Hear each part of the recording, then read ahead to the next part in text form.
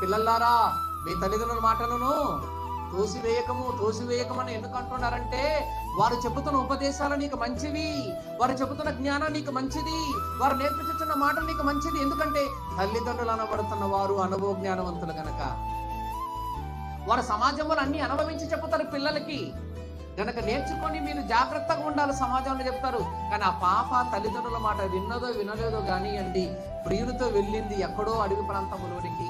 అక్కడ వెళ్ళి ప్రియునితోటి ఆ సరసాలు ఆడుతూ ఉంటున్నప్పుడు 5 మంది 6 మంది గుండాగాల అంటే పోకిరి వెధవులు వెళ్ళేసి ఆ అమ్మాయితో కలిసి 6 మంది 7 మంది 8 మంది కలిసి ఆ అమ్మాయిని బలాత్కారం చేసేసి ప్రియుని కళ్ళ ముందే.